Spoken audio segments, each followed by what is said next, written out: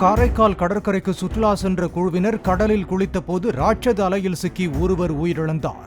தஞ்சாவூர் அருகே உள்ள ஐயம்பேட்டையைச் சேர்ந்த அப்துல் கஃபூர் காரில் நண்பர்களுடன் நாகூர் தர்காவுக்கு சென்றுவிட்டு காரைக்கால் சென்றார்.